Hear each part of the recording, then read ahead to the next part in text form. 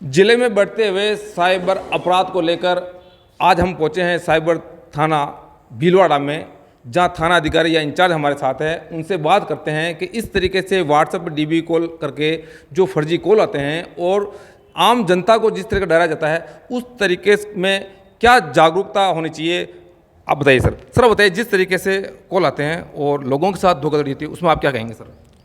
मेरा ये मानना है कि साइबर ठगी में लोगों को खुद को भी सजग रहना चाहिए। जो अनजान नंबर से आपसे कोई OTP पिन ये मांगते हैं, ना तो बैंक मांगती है ऐसे कोई, ना कोई कंपनीज मांगती है, तो आप अपना OTP, personal pin, bank account details ये किसी को नहीं बताएं।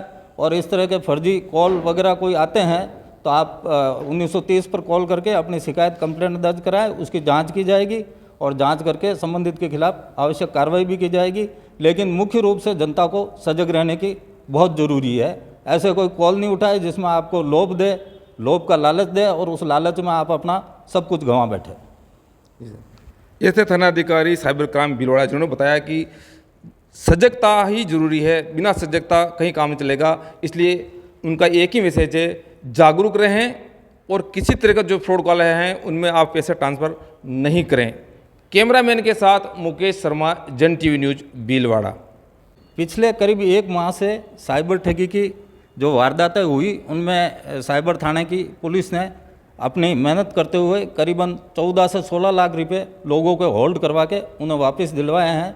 इस तरह की ठगी हो उसमें भी आप सावधानी रखें और तुरंत अपनी कंप्लेंट दर्ज कराएं, अपना बैंक अकाउंट फ्रीज कराएं, उसको बंद करवाएं और साइबर थाने में या संबंधित थाने में अगर 1 लाख से कम है ठगी तो संबंधित थाने में तुरंत रिपोर्ट दें ताकि उन पैसों को फ्रीज कराया जा सके। सर देखने में आया है कि जैसे गांव में किसी के साथ ऐसा धोखाधड़ी होती है और जो ठगी का शिकार होता है वो संबंधित निकटतम थाने में जाता है, उनको यह कहकर वहां से हटा दिया जाता है कि आपकी कंप्लेंट साइबर थाने में ही दर्ज होगी। तो क्या निकटतम थाने में इस टाइप की साइबर अपराध दर्ज नहीं हो सकते?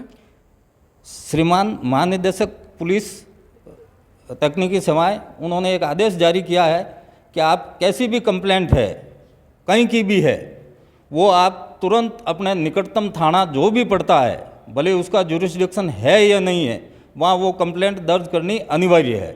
तो आप कंप्लेंट किसी भी थाने में दर्ज करा सकते हैं ताकि आपके प्रोसेस शुरू होकर आपके जो रुपये है वो होल्ड किए जा सके, फ्रीज किए जा सके।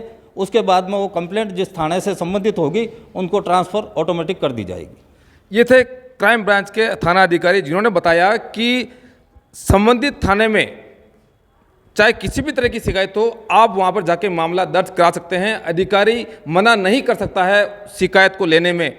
इसलिए आप अपने साथ जो भी धोखाधड़ी हो रही है उसको निकटतम थाने में जाकर आप वहां कंप्लेंट दर्ज कराइए। वहां के अधिकारी संबंधित विभाग को ये जो रिपोर्ट होगी वो प्रेषित करेंगे। कैमरामैन के साथ Mukesh Sharma, Jan TV news Bhilwara. Cyber crime थाने के अंदर हमें भी इसी तरह के एक शख्स से मुलाकात हुई जिनके साथ साइबर अपराध हो चुका था। हम उनसे बात करते हैं, उनका नाम जानते हैं और उनके साथ क्या हुआ हम आपको उसकी जानकारी देते हैं। सर आपका नाम बताइए। सर आज़ाद मोहम्मद चल रही। PM मुद्रा लोन के ऊपर आपके साथ धोखाधड़ी हुई, आपने रुपए जमा कराए?